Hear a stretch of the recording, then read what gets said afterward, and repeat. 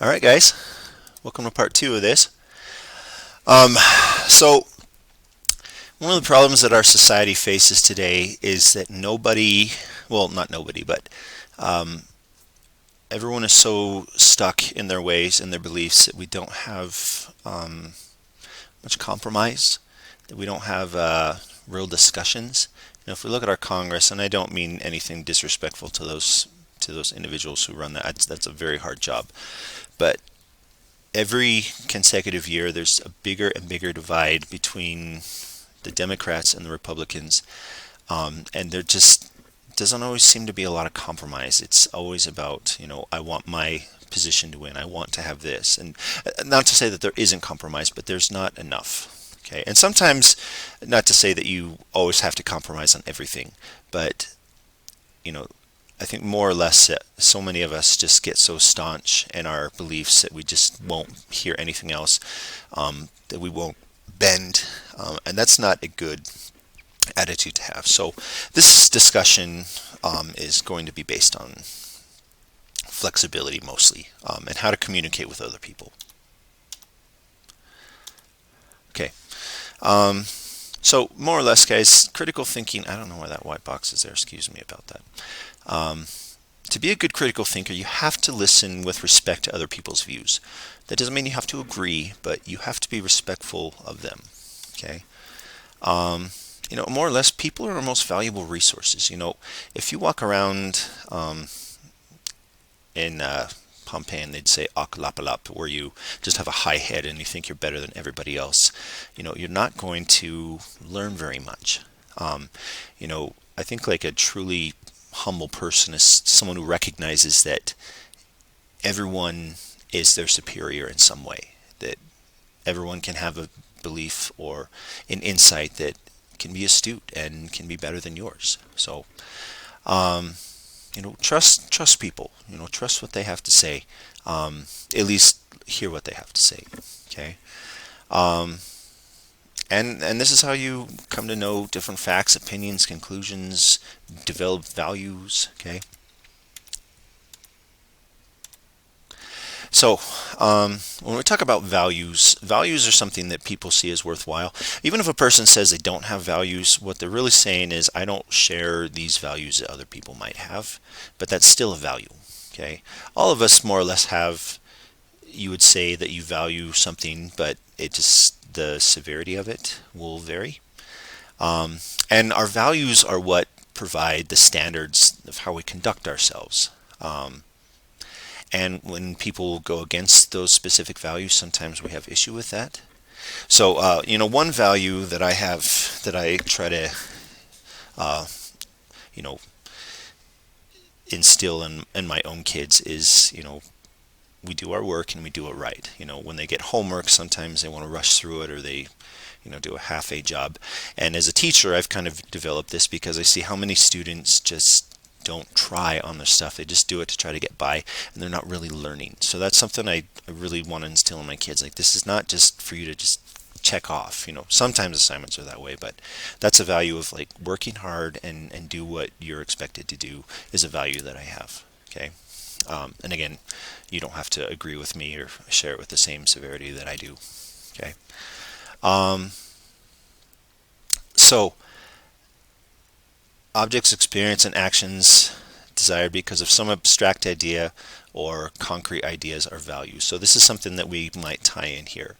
Um, some of us might do certain things to make us popular amongst our peers. Okay, some of you might say, I don't care what those people think, so you might go the other way and you do things to deliberately make yourself unappealing. Okay, I've seen students do that, or be popular with this group but not popular with this group. Um, and that's something, despite what people say, like, I don't care about popularity, you know, how we present ourselves is a value. Okay, it just depends on how high or how little that is. Okay.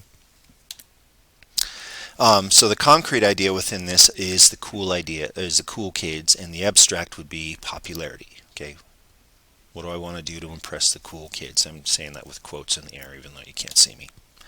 Okay, here is a list of some values that people might have.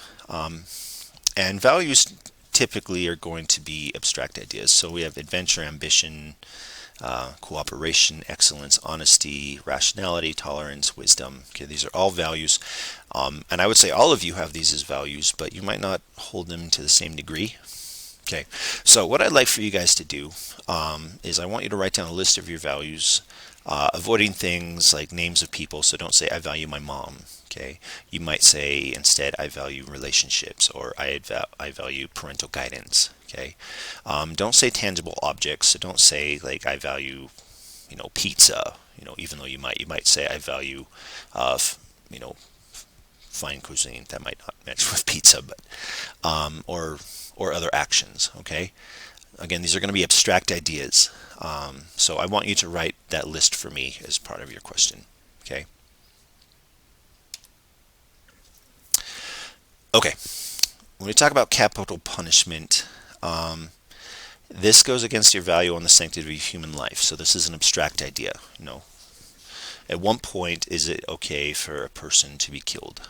Okay, some of you might say never. Some of you might say in this instance. Some of you might say only in this case. Okay, but that's all a value that we might have. Okay, that also ties into ideas like abortion, war on drugs, mercy killings. Okay, so when we look at these, we all have different values that are being tested by these various things. Okay, oh my goodness, sorry, they don't need to all dance. Okay, values as a source of interaction. Okay, when you think about like your friends or people that you associate with, you're oftentimes drawn to people who have similar values and priorities. A lot of times you might think, I just don't like that guy. And a lot of it's because you have different value priorities. Okay. I think that's true of teachers. I think that's true of, just anybody. I gel with someone because we might see things the same way. I don't gel with this person because I generally don't agree with anything that she says or he says. Okay. Now the challenge of this is you can't just associate with, one group of people who see and think the same way that you do. Understanding other people's viewpoints is important. And this helps us avoid stereotypes and just, I think I talked about this a little bit in a previous section, but just believing that people act a certain way for whatever reason, it doesn't make sense to us, okay, or why someone values something the way they do. The main point is all of us have different levels of, how much we value something. Okay. Let me see. Okay, so let me tell you some values I think that you should have as a critical thinker. The first one I think that you should value highly is autonomy. This more or less just means that you are kind of a free thinker. You don't let other people govern how you act or how you think as much as you do it of your own volition. So that doesn't mean that you go around and rebel against everything, but you do things for your own reasons, not because it's necessarily what everybody else wants. But this also requires us to understand other people, so we got to listen to other people's viewpoints, and then we form our own conclusions. Okay. You should be curious. Okay. Sometimes we look at something and we just brush it off, but as a critical thinker, you need to be curious. You need to ask probing questions. I think there's many times that people read something or see something and they just don't think about the implications that it has, and we just brush it off. So we need to be curious about the world around us. We need to be curious about what people think and why they say certain things. Okay. You need to be humble. Okay. Like I mentioned this before, every person has something to offer us. Everyone is our superior in some way. Okay, so humility to me is that you're teachable. Okay, if you think and you go around and think I can't learn from, I'm not going to learn anything from this guy, you probably won't. Okay, but if you're open, you might be surprised. As a teacher, I learn stuff from my students every day. Okay, and I'm up there, trying to be the one to dispel or instill knowledge, but I also am very much aware that you guys spread much of that, and I've changed my thinking based on things that my students have taught me. Okay, and they can fill gaps of our understanding. And then lastly, just respect is a value that you should have highly. Respect other people's opinions. You can disagree. You can agree to disagree peacefully. You don't have to hate someone because they are of this persuasion or they're of this political background or this religion or whatever. Okay, respecting people and letting people think what they think. I think just letting people have their agency and their belief that way is so important. Okay, that doesn't mean that you have to accept everything or let if you want to vote against something that you have your opinion, absolutely, but being respectful of people's differences. Okay, you're not going to win someone to your side necessarily by criticizing and being hateful. Okay, if you're trying to convince someone to your side. Okay, so let me give you guys a scenario just to think about values. Okay, so we talked about those once. Um, so just to help you understand that our values differ, um, one example would be I say I value free speech, but that free speech doesn't extend to certain things. So, for instance, if the KKK wanted to put up a big billboard sign, I would maybe have some problems with that. Okay, um, not to say that I think I'm right on that partially, but I think that there would be some people would have some issue with that. I think people should be free to congregate and believe what they want to believe, but that would be an instance where it would be okay. That's maybe too much. Okay, and episodes like free speech come up all the time. We see. I think in Florida, this is a recent case. It's come up. There was a bill passed called "Don't Say Gay," or "We Don't Say Gay," something like that. And I think more or less what I understood about that bill is that there's, I'm not saying this politically from my view. I'm just saying what it entails. That some people feel that being open about different sexualities and things like that is indoctrinating rather than educating, and so they don't necessarily want that implemented in schools. And there's implications with that, but that's more or less people saying I don't necessarily agree with this aspect of free speech. I think there should be limitations on what schools should and shouldn't teach, and that's kind of the long and short of that. Okay. Um, okay. So imagine that you were my next door neighbor. Okay, and we're both outside. So here's our scenario. We're both outside raking our leaves in the fall, and a big truck drives by, and it's carrying one of those, long steel posts that you see for. Hello, teachers.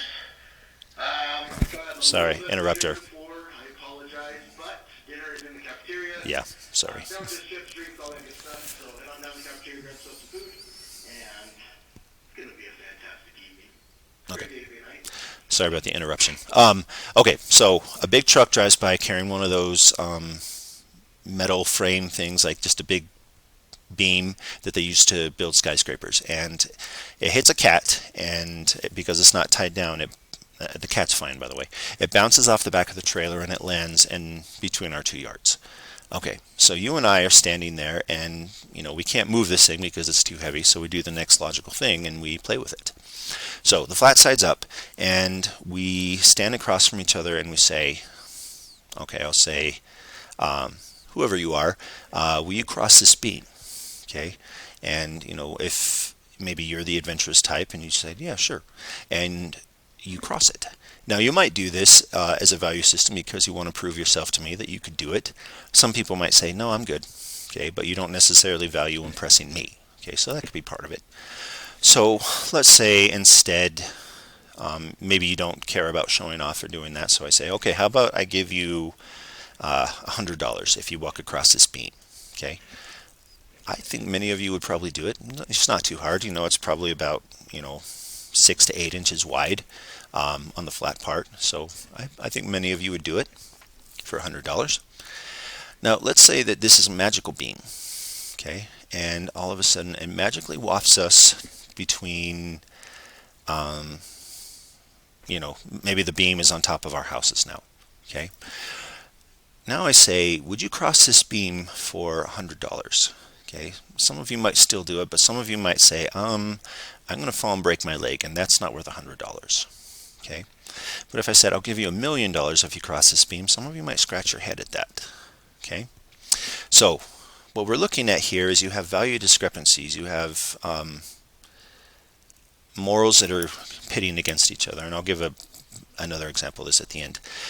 But your safety is a value. You value your safety. When it was on the ground, you weren't worried about hurting yourself. But if it's between our houses, that's a different ball of wax. Okay, but $1,000,000 is $1,000,000, and if you do happen to hurt yourself, and maybe I'd give it to you regardless if you fall or make it, you might try. Okay, some of you, it's like, no way, I'm not doing that. So let's say that this beam wafts us away to the Twin Towers in New York City. Now this is before they were knocked down by terrorists. And now this beam is crossing these two Twin Towers. Okay, and if you want to see a cool documentary, there's one about Philippe Petit who made a tightrope between the Twin Towers in the 70s, but that's neither here nor there. We have a beam across, and so I call across to you at the South Tower, and I say, okay, hey you, will you cross this? Okay, most of you would look at this and think, okay, this is no longer a broken leg, this is life or death. Okay, even $1,000,000, I would doubt that many of you would, and in fact, I'm willing to bet that most of you would not cross for any amount of money. Maybe you would. And keep in mind that I'm saying you can't use your hands and you can't use a harness. Okay, that includes the updraft, all that stuff. So hopefully all of you value your life more than any amount of money. Okay, but let's say now I take someone with me, maybe your little brother or sister or your mom, and I say, okay, so and so. Hey, Roy, can you give me 1 second, man? Okay. I'm just recording something, man. Sorry. Okay. What if I say, okay, I have your mom and your little brother over here.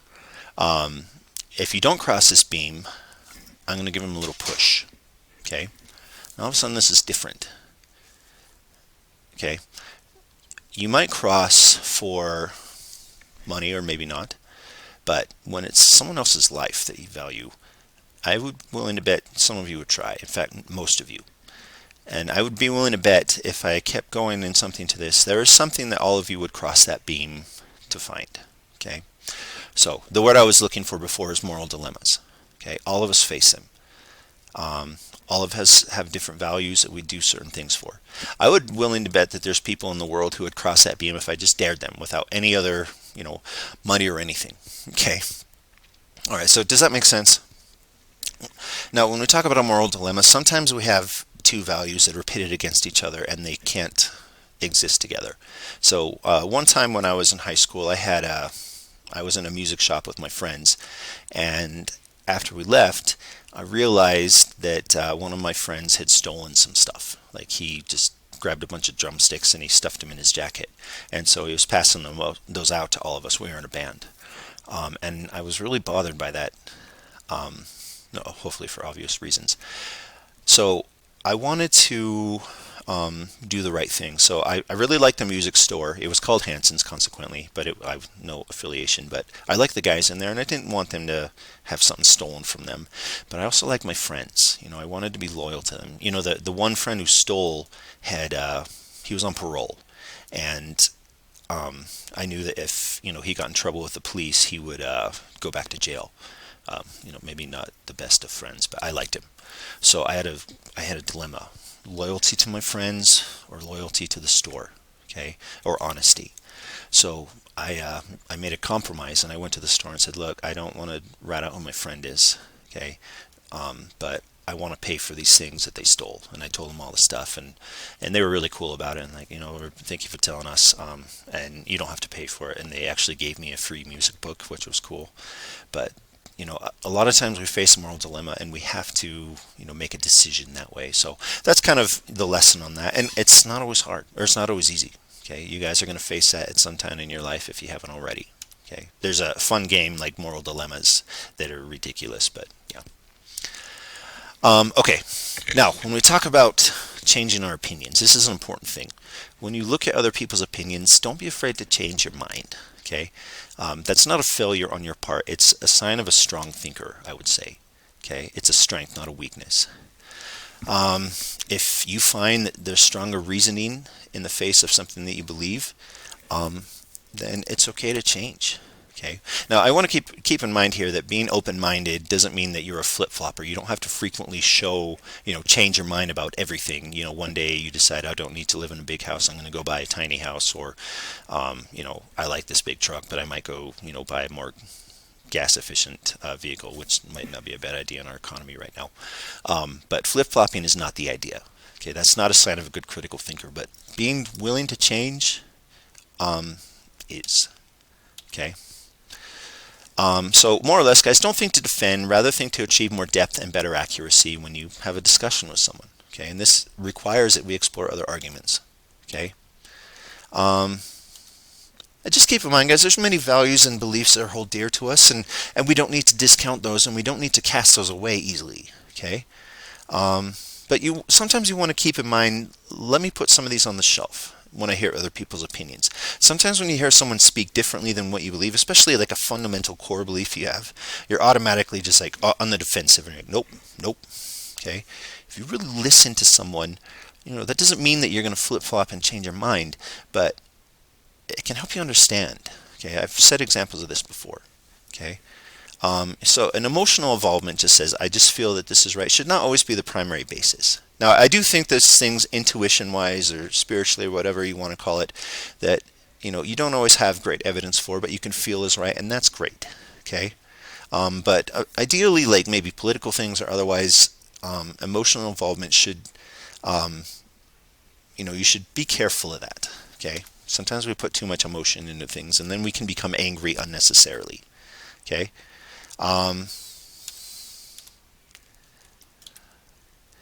So a big part when you're asking people questions, if you really want to discuss and learn something, is a lot of people are defensive. Okay. You want to speak with them and not at them. Really to understand. Like, I really want to understand. Like, I'm not trying to attack you. I don't need you to go on the defensive. I really want to know. Okay. And it's okay to disagree. Okay, a person is more than just their conclusions. I have friends who have very fundamental difference than me, but we're still close. And the things that we value together, we can still be friends, and we can just, we can discuss those things and not agree, but we can still be friends. Okay, the one thing you want to avoid is groupthink. Okay, this is a sloppy, jumping on the bandwagon. Okay, it's sloppy reasoning. If all your friends think this way, then you go with it, or whatever. And this can be dangerous. This has mob mentality. This can be with bullying. So if something doesn't feel right, then, don't worry about what other people think. Okay. Here's a great example. If you've heard the story of the Emperor's New Clothes, just a fast forward example of the story. One day an emperor who really had a strong fashion sense wanted the most elegant and wonderful clothing in the world. He hired a tailor who said, I can make you the most delicate thing. Said, but the key is only the true fashionista, I'm paraphrasing this, can see it. So he created a suit for the king, and the king couldn't see it, but he didn't want to admit this. So he said, oh, it looks marvelous, and he showed it to his advisors, and they couldn't see it either, but they wanted to not be, seen as not fashionistas. So I don't know if it's fashionista or something else, but I like the word. So the king, more or less, decides to parade his new outfit. And so he walks amongst the town naked, not in this picture, he's wearing underpants.